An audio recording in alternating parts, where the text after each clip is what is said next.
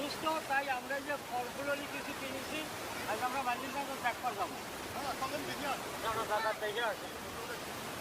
দাদার বাড়ি রান্না